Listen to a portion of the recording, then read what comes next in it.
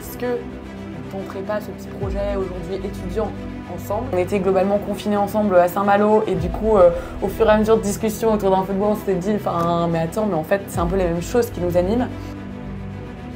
On sait ce pourquoi on crée une boîte, c'est avoir un impact fort, c'est recruter des gens et créer des jobs qui ont du sens en France. Et comme tu as le mindset étudiant, tu es toujours dans le mindset d'apprendre. Et j'arrivais dans une école d'agro, c'était hilar quand je débarque en labo quasiment pour la première fois de ma vie, tu vois, pour faire des expériences. Salut Olympe, trop cool de te recevoir dans le podcast des étudiants entrepreneurs.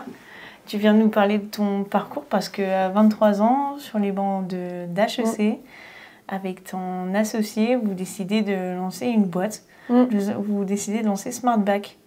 C'est une boîte qui recycle le mobilier de bureau. Qui recycle pas, qui réemploie justement. On lutte contre le recyclage. Non, pas de problème. Et pas mobilier de bureau, plutôt mobilier contemporain que tu peux trouver dans n'importe quelle boutique. Toi, plutôt en accès avec des marques B2C. Ok. Donc, tu décides de rejoindre le master XHEC entrepreneur pour apprendre pour rencontrer quelqu'un même. Ouais, potentiellement. En gros, moi, de base, j'avais fait prépa et HEC. Donc, la suite logique, c'est qu'il fallait que je fasse un master à HEC. Et j'ai choisi de faire celui entrepreneurial. Enfin, celui entrepreneur déjà parce qu'il était top, il avait très bonne réputation. Et que derrière, je me voyais potentiellement monter ma boîte.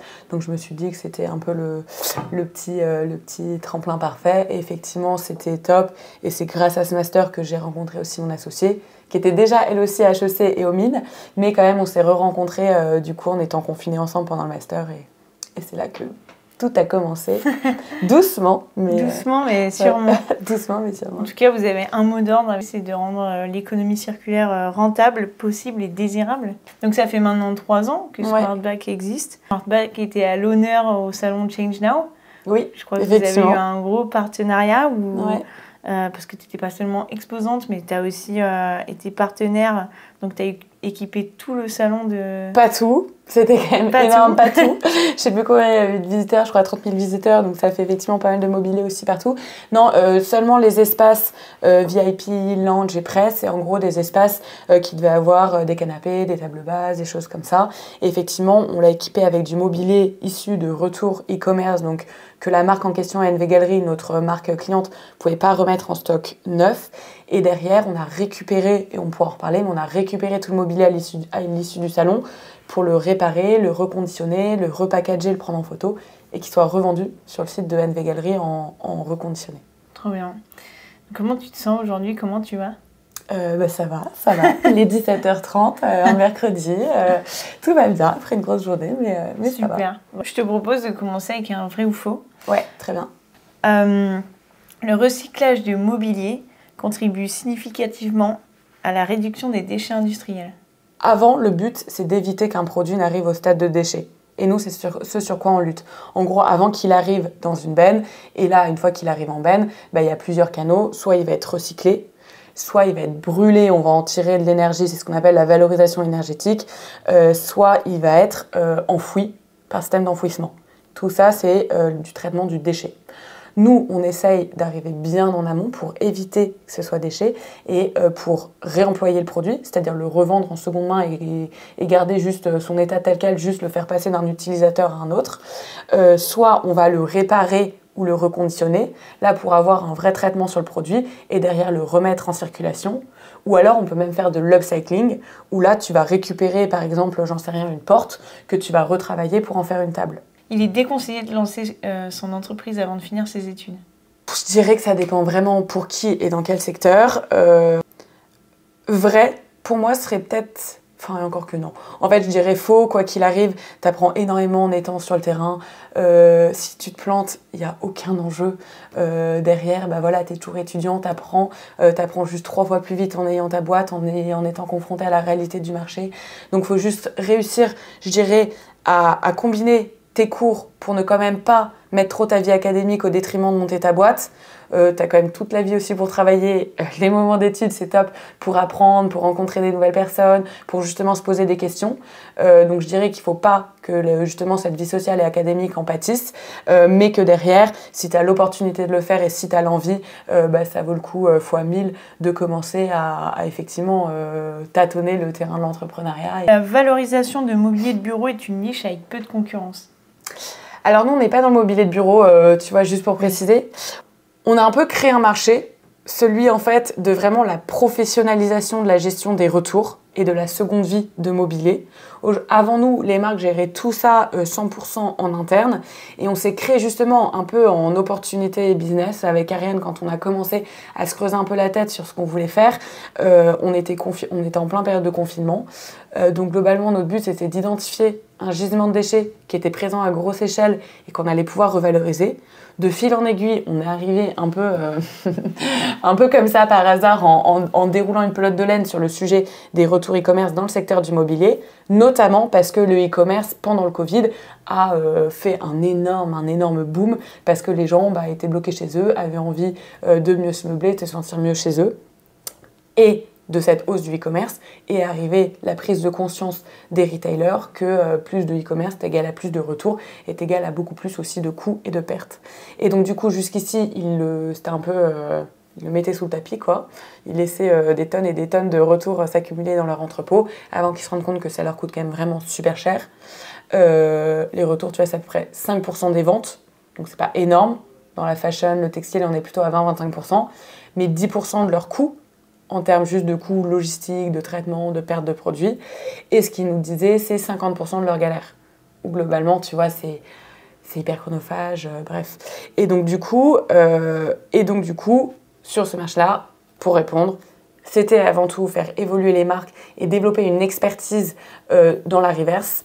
La reverse logistique, c'est ce qu'on appelle cette logistique de retour. Et donc, on était plus ou moins les premiers avec cet axe-là. Aujourd'hui, il y a d'autres acteurs qui se positionnent pareil pour accompagner les marques sur ces enjeux, soit à 100% tech, soit à 100% logistique, mais personne, autant que nous, combine les deux et personne n'a pris le même parti pris que nous, qui est de gérer le tout en local pour diminuer et l'impact et les coûts. Ok, donc très intéressant du coup. Pas vraiment niche, mais création de marché et après. Exactement. On n'a pas fait de copycat d'aucun acteur. On est vraiment un peu parti juste avec notre naïveté en se disant mais attends, c'est débile, vraiment, pourquoi ces produits font 500-600 km pour finir à la benne premier constat. Et le deuxième, c'était en mode à s'arracher les cheveux en mode non mais moi je rêverais de récupérer ce canapé qui part à la benne, c'est absurde, le mobilier ça coûte super cher aussi. Nous on avait l'habitude de la seconde main, on connaissait des acteurs, on connaissait aussi beaucoup d'associations, enfin de recycleries, de ressourceries. Les étudiants. Et voilà, et du coup on s'est dit en fait juste en démêlant les choses, comment est-ce qu'on arrive à créer derrière en fait un modèle économique, un modèle logistique, etc. Il est plus facile d'obtenir des financements pour des startups dans le secteur de l'ESS par rapport à d'autres secteurs? Non, pas du tout. Enfin, alors en fait, je sais. Ouais, voilà, c'était la question un peu évidente, mais encore que je différencierais deux sujets. En levée de fonds, je pense que c'est beaucoup plus compliqué d'aller chercher et des fonds et des business angels, des VC avec un modèle vraiment ESS, parce que par définition, ce pourquoi tu existes, c'est avant tout pour avoir une mission environnementale et sociale, et selon les sujets que tu traites, c'est pas non plus... c'est souvent des sujets très humains, très produits, très logistiques et très terrain, et donc pour lesquels tu as beaucoup moins d'économies d'échelle et d'économies, enfin de facteurs multiplicateurs que tu peux avoir dans la tech, ou dans la tech, effectivement, tu as des gros frais pour développer ton logiciel. Une fois qu'il est vendu, en fait, c'est là où ça tourne tout seul. Et quand même que tu peux faire des marges qui augmentent drastiquement, alors que tu as beaucoup moins ce potentiel, du coup, dans le ESS, d'augmenter vraiment, de faire des fois 15 en termes de marge. Donc, c'est aussi pour ça qu'il y a beaucoup moins de startups à impact qui réussissent à lever des fonds, et encore moins ESS, parce que ESS, c'est un statut qui est quand même très particulier et qui est très, très restrictif. En revanche, du coup, nous, on a fait le choix. Pas tant pour ça, parce que je pense qu'on aurait pu lever, on nous a incité à lever des fonds, mais on a fait le choix de rester autofinancé. Et sur la partie pour aller chercher du financement non dilutif, donc pour lesquels tu lâches pas de part, tu fais rentrer personne à ton capital, tu vas soit avec du non dilutif faire de la dette ou faire des subventions. Là, pour ces deux aspects-là, dette et subvention, en étant ESS, c'est un vrai plus pour derrière aller débloquer des prêts d'honneur, des subventions de la BPI, des subventions de l'ADEME ou autre. Et nous, à date, c'est plutôt là-dessus, effectivement, c'est vrai que ça joue en notre faveur, mais parce que les projets qu'on porte, et c'est pourquoi aussi on demande des subventions, vont dans le sens des choses. Là, on s'est lancé, par exemple, sur le reconditionnement. On a envie vraiment d'ouvrir un atelier sur lequel on crée une expertise de réparation de mobilier en bois, un atelier de soudure, par exemple, justement pour les pieds de chaise ou plein de tables métalliques sur lesquelles tu aurais besoin de refaire des soudures, sur la literie pour désinfecter des matelas, les remettre sous, etc. Bah, tout ça, c'est des projets qui demandent quand même un petit peu d'investissement et de R&D et pour lesquels, du coup, on a été subventionné. Très bien. Bon, ben, c'est fini pour ce vrai ou faux. Super. Qui était très intéressant. Belle entrée en matière. En matière, top. Du coup, on va commencer par les questions. Ouais. Tu étais quel genre d'enfant ? Ça remonte à très loin, là. J'ai été quel genre d'enfant ? Moi, je suis l'aînée de 4 filles. On est assez rapprochés. J'avais une maman qui travaillait beaucoup. Et du coup, rapidement, j'étais un peu l'aînée qui s'occupe de ses 3 petites sœurs. Enfin, voilà, assez responsable, assez sage. J'étais bonne élève. Et en même temps, très vite, je crois que ma mère était paniquée. Ou comme du coup, j'étais la première. Je crois que mon anniv de 3 ans, j'ai invité sans la prévenir toute la classe. Et donc, j'étais rapidement assez sociale. Où j'ai toujours les amis, ça fait toujours partie hyper importante de ma vie. Mais donc, ça, je dirais... bonne élève, sociable et c'est ton premier geste entrepreneurial. C'est mon premier geste, ma première prise d'initiative qui a dû faire un burn-out à mon avis et un pause arrêt maladie pendant 3 semaines à ma mère après, mais c'était cool. Ok.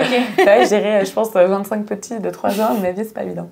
Quels ont été les principaux défis du coup, que tu as rencontrés en lançant SmartBac en tant qu'étudiante ? En tant qu'étudiante, bah, en fait, je pense, ce qui était... Je vais pas dire que j'ai pas eu de défi, parce que c'est pas vrai, je pense qu'on en a eu plein. Mais je pense que c'est déjà aussi un mindset où je pense que je suis hyper optimiste.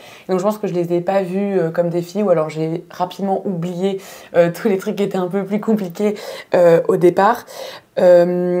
Déjà, j'ai eu la chance et je trouve ça vraiment cool quand tu es étudiant et notamment quand tu es dans un programme spécialement entrepreneuriat parce que tu es quand même pas mal guidé et pris par la main pour éviter de faire des grosses erreurs. Et du coup, moi, je l'ai plutôt ressenti où la première étape qui a été, je pense, la plus clé et la plus décisive et une des plus dures, c'est de se taper dans la main avec Ariane et de choisir ton associé.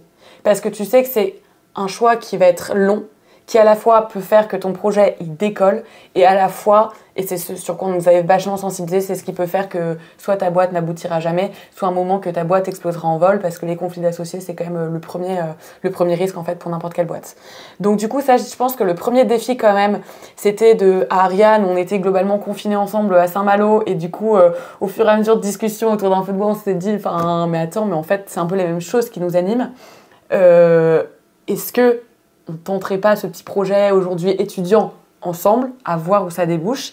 Et donc du coup, il y avait ce côté-là de se dire on s'engage pas non plus à long terme, mais on prend beaucoup de temps pour se poser les bonnes questions, qui a été cool et assez décisif. Et du coup, ça c'était quand même premier gros défi. Et après, en tant qu'étudiant, le deuxième gros défi, en fait, t'as pas trop peur, moi je trouve, parce que en fait, si ça marche pas, c'est pas grave. T'arriveras juste tu vois, sur le marché de l'emploi comme normal, fraîchement diplômé, et voilà. Ce que j'ai trouvé sinon dur, c'était de se dire go, on a identifié un bon problème et on pense que ça va marcher.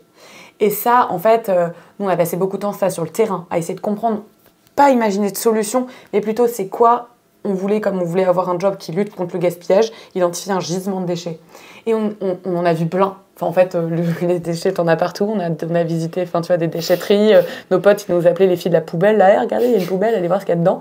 Mais globalement, c'était un peu ça. On met plutôt des poubelles industrielles. Et c'est de se dire, OK, quand est-ce qu'on s'arrête sur un sujet et qu'on identifie qu'il y a un vrai pain économique pour des marques et en même temps qu'on va pouvoir en retirer de la valeur et qu'environnementalement, ça tiendra la route. Donc ça, quand même, s'arrêter, je trouve, sur une idée et après, pour la creuser vraiment au fond du fond, c'était quand même un gros défi. Et après, le challenge, c'est le moment où tu te dis vraiment, bon bah là, tu poses les statuts quand tu as ton premier client et tu te dis, go, t'y vas quoi. Là, c'est plus justement, c'est la transition qui est pas si facile que ça, de se dire, c'est plus un projet étudiant. Là, je dois, et Ariane a eu un peu plus de mal que moi, mais à dire, en fait, enfin voilà, je suis directrice générale de SmartBack. Alors qu'avant, j'ai un projet, tu vois. Et c'est pas, et pour le coup, quand tu parles à des clients, tu peux plus avoir cette même posture. Donc, et vos premiers clients, vous êtes allée les chercher en tant qu'étudiante? Oui. Alors oui et non au début. En fait, le côté étudiant, ça a aidé un peu aussi à ouvrir des portes et de dire bah, on s'intéresse à ce secteur-là. C'est vrai, moi j'ai fait mon mémoire du coup aussi sur les enjeux de la reverse logistique. Mais c'était un middle. Je crois qu'on était très très transparente à dire justement pour pas qu'ils se braquent et qu'ils aient le sentiment qu'on vend un truc. En plus, on n'avait rien à vendre au début. De dire on se pose des questions, on aimerait mieux comprendre pour voir comment ça fonctionne. Et là, ça nous a ouvert rapidement quand même pas mal de portes et c'est ce qui nous a fait nous dire ok, on tient un bon sujet. Quand même, globalement, on a réussi à avoir un call avec But, avec Maison du Monde, avec Camille, enfin avec des grosses entreprises très très vite, en n'ayant pas de projet, en n'ayant rien. Et ça, on s'est dit, ok, s'ils ont envie d'en parler, c'est qu'il y a un vrai truc. Et du coup, on l'a un peu fait en co-création. Au début, on a essayé de vendre aussi des missions de conseil. Finalement, ça n'a pas marché, mais je pense que ça aurait pu marcher aux boîtes pour justement leur dire, bon, on fait un audit d'aujourd'hui chez vous, comment ça fonctionne. Ce qui aurait été gagnant-gagnant pour un peu mieux cibler le problème, les enjeux, et en même temps, bah, nous, qui t'a passé du temps à creuser ce sujet-là quand ça se rémunérait pour. C'était quel type de métier qui venait vous voir pour... Alors, ils venaient pas nous voir, on allait les voir. Ah oui. Ah oui, pour le coup, on allait les voir. Et comment tu as su qu'il fallait cibler pour justement trouver des clients? Bah, rapidement, tu vois, on s'est dit, ok, on se focus sur du mobilier B2C. Et puis globalement, là, c'est pas très compliqué. Hein. Tu regardes toutes les enseignes qui vendent des meubles, tu vas sur LinkedIn, tu identifies. Nous, on est d'abord rentrés par la branche RSE. On s'est vite rendu compte que la RSE avait des objectifs, mais n'allait pas prendre la décision et n'avait pas la connaissance de combien ça coûtait, comment c'était géré, etc. Donc, la RSE nous a ouvert des portes, nous a confirmé qu'il y avait un sujet, qu'il y avait un enjeu. Derrière, on s'est vite rendu compte que c'était la supply qui était notre vrai target. Et comme ça, on a un peu, rectifié le tir pour aller cibler les bonnes personnes. Et on a passé énormément de temps avant à poser des questions pour comprendre, quoi. Et en toute transparence, mais il n'y a pas de questions bêtes, mais pour vraiment devenir expert de notre sujet. Et je pense que c'est ce qui fait notre force aujourd'hui et ce qui fait que aussi on a quand même réalisé rapidement les choses, c'est qu'on a creusé. En fait, je dirais pas qu'on est expert de ce merdac, on est expert de notre problème. Mais vraiment, tu vois, on sait exactement comment ça se passe chez une boîte et du coup, ça la rassure pour lui faire comprendre qu'on sait quels sont ses problèmes. Donc en fait, derrière, on saura comment les résoudre, quoi. Vous vous êtes du coup autofinancé jusque-là. Ouais. Est-ce que c'est un chemin que tu recommandes? Je dirais que ça dépend de tes ambitions. Globalement, nous, on a fait le choix de ne pas monter une boîte pour devenir riche. Et ça change quand même pas mal les choses.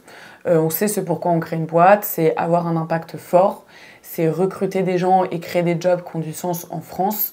Et derrière, c'est travailler en B2B avec des gros acteurs qu'on va faire évoluer, tu vois.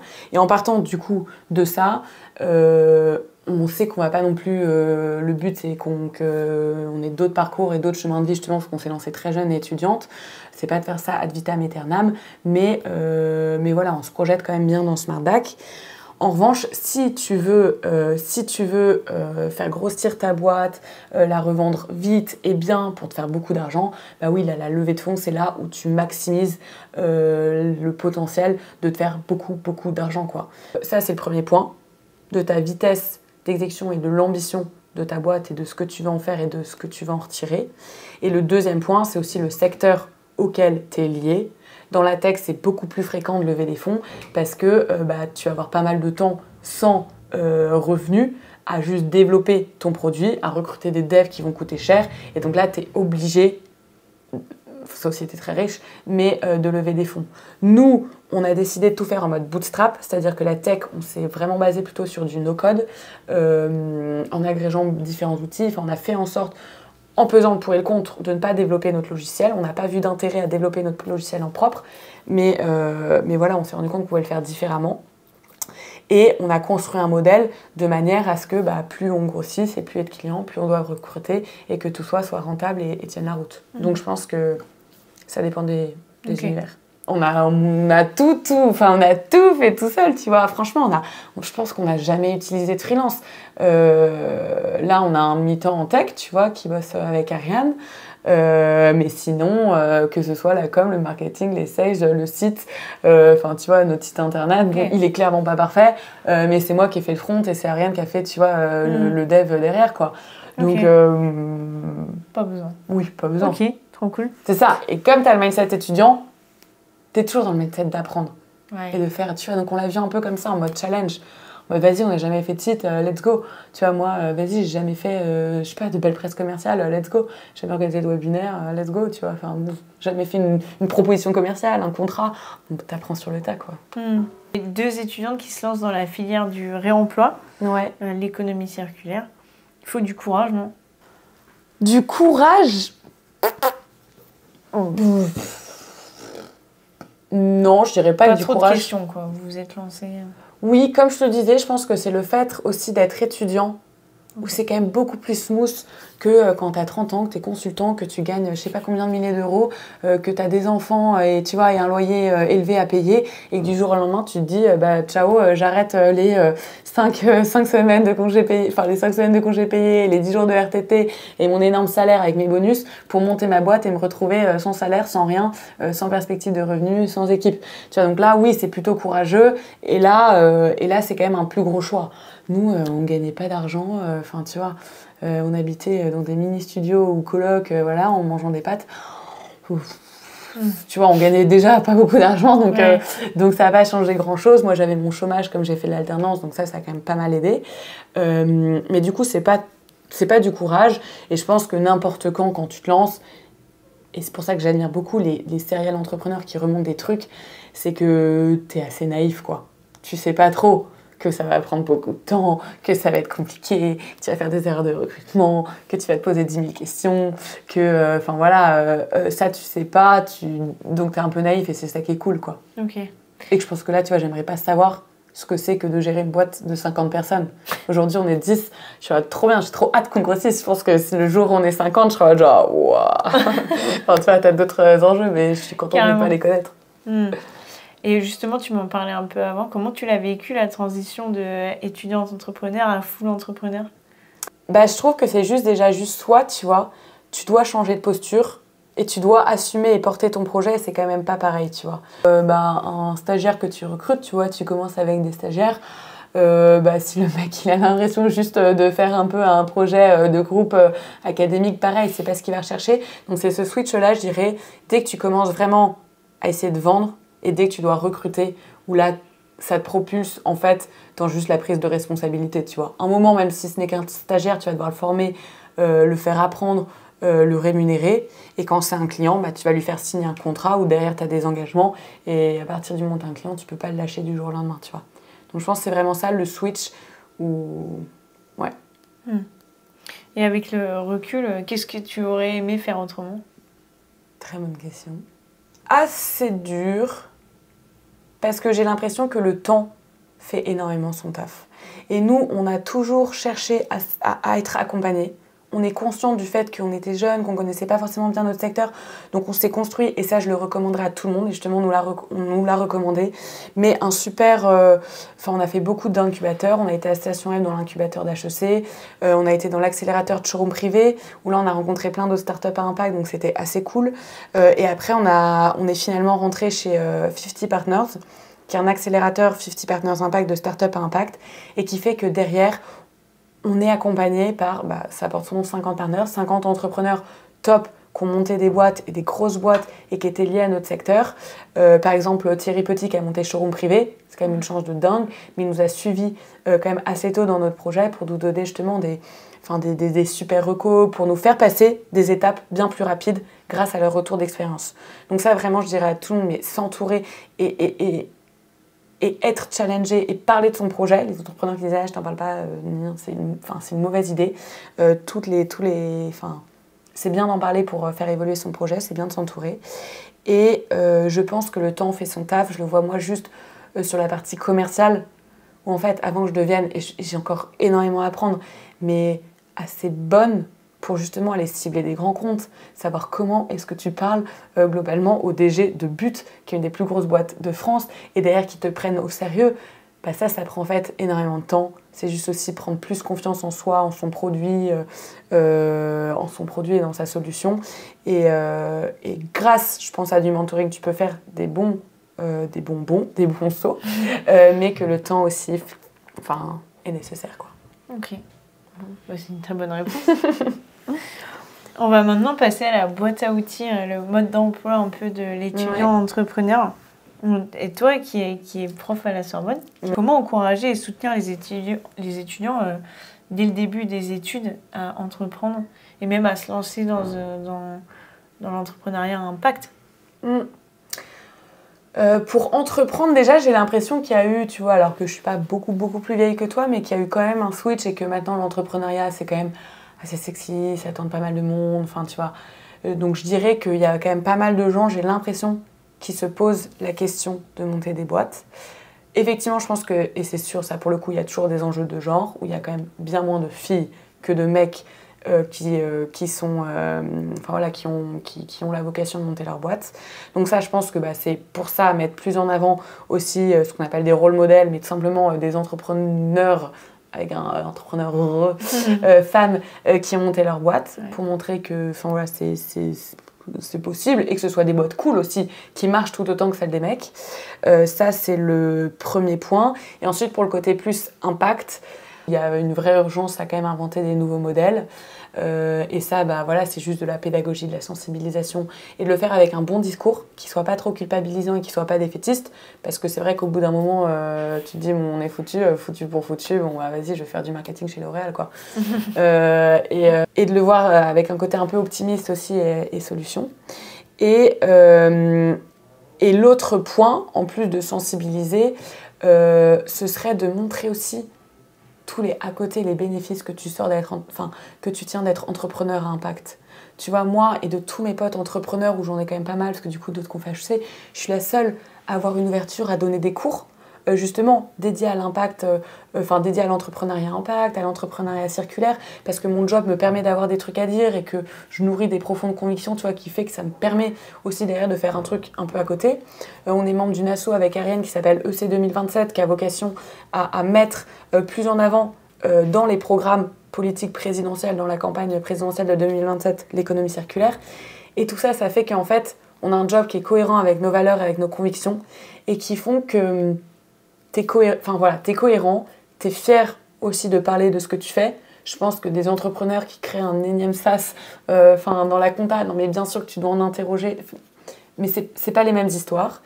Et au quotidien, nous, ce qui est top, c'est que globalement, on a 2 KPI et maintenant on aimerait bien en rajouter un 3e qu'on suit tous les jours, c'est notre CA et l'impact environnemental. Et ce qui est top, c'est que les deux sont corrélés. En fait, plus on gagne d'argent, plus on a revalorisé de meubles. Et derrière, le dernier KPI qu'on aimerait mieux traquer, c'est l'impact social, où comme je disais, de notre activité, on soutient directement des associations qui soutiennent de l'insertion professionnelle partout en France. Et on permet à des publics plus défavorisés d'avoir accès à du mobilier globalement de bonne qualité, en bon état. Et tout ça, ça fait que, t'es content, ça drive les équipes. Quel conseil tu donnerais pour arriver à gérer son temps entre ses études et son projet d'entreprise? D'avoir une vision relativement long terme.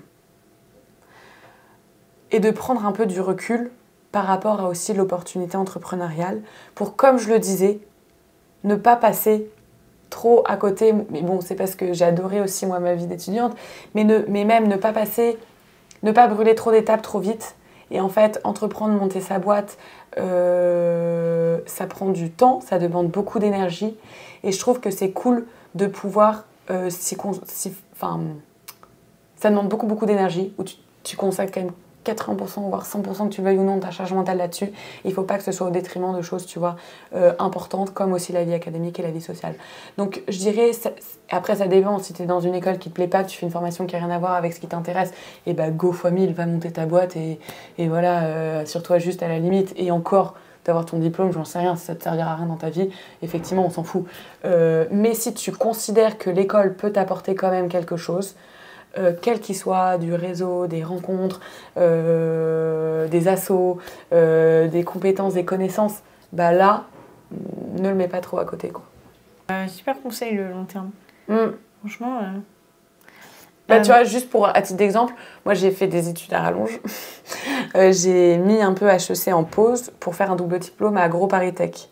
Donc là, globalement, assez challengeant, parce que j'avais fait un bac éco, là, ES, et j'arrivais dans une école d'agro où les mecs avaient fait 2 ans de prépa BCPST. Et voilà, donc globalement, ils étaient hilars quand je débarque en labo quasiment pour la première fois de ma vie, tu vois, pour faire des expériences. Donc c'était quand même globalement un plutôt gros challenge, mais j'avais envie d'avoir cette casquette ingénieur sur des enjeux aussi environnementaux et agroalimentaires. Et ça, même si aujourd'hui, mais je sais que je reviendrai dans l'agro un jour, ça, mais je suis tellement contente d'avoir pu justement bénéficier de ce nouvel univers académique, de rencontrer des étudiants ingénieurs, effectivement de partir un peu du moule HEC hyper privilégié et élitiste pour aller plutôt dans une école comme AgroParisTech où tu as des profils quand même complètement différents. J'ai trouvé ça top et ça m'a tellement nourrie que je suis super contente de pas mettre trop focus sur une boîte trop jeune, quoi. Selon toi, qu'est-ce qu'un étudiant qui veut entreprendre dans l'impact doit savoir? Moi, ce que je dirais, c'est que rapidement, plus tu grossis, plus c'est compliqué de gérer, plus tu as de responsabilités, plus tu as des enjeux financiers aussi lourds.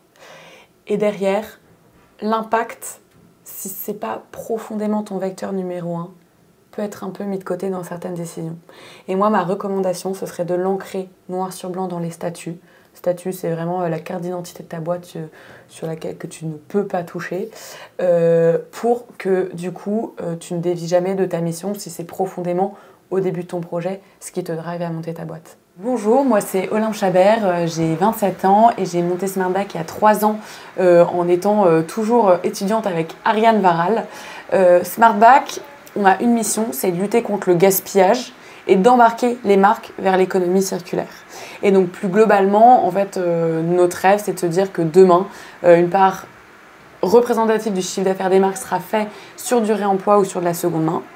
Et donc pour expliquer plus concrètement ce qu'on fait, on s'attaque à l'envers du décor du e-commerce, qui sont les retours, qui sont en fait super complexes à gérer par les marques. Aujourd'hui, quand tu fais un retour de mobilier, on s'est spécialisé dans le volumineux, le produit va faire 500 km pour revenir en entrepôt et pour que dans la moitié des cas, il ne puisse pas être mis en stock.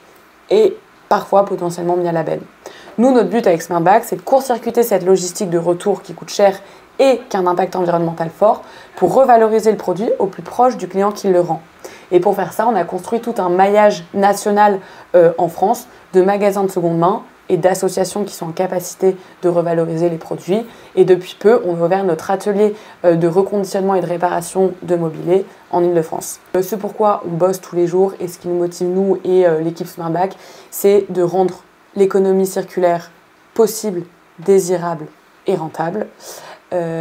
Et pour finir, si j'avais un conseil à donner à des étudiants qui se posent la question de potentiellement monter leur boîte, je leur dirais, mais foncez sur justement tout ce qui touche à l'économie circulaire.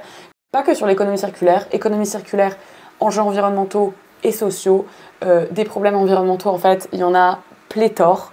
Sur des enjeux de carbone, de pollution, de gestion des déchets, de surproduction et des enjeux sociaux, de délaissement des personnes âgées, l'augmentation de la précarité, la faim, bref. En tout cas, des problèmes, il y en a beaucoup. Donc ça veut dire qu'il y a beaucoup de solutions à créer et que, en tout cas, la stimulation que vous tirerez de ce genre de projet et l'impact que vous arriverez à générer sont des vrais moteurs au quotidien pour avoir la pêche et se lever le matin et avoir le sentiment qu'à sa petite échelle, on arrive à un petit peu changer, pas le monde, mais les choses, et c'est quand même hyper motivant.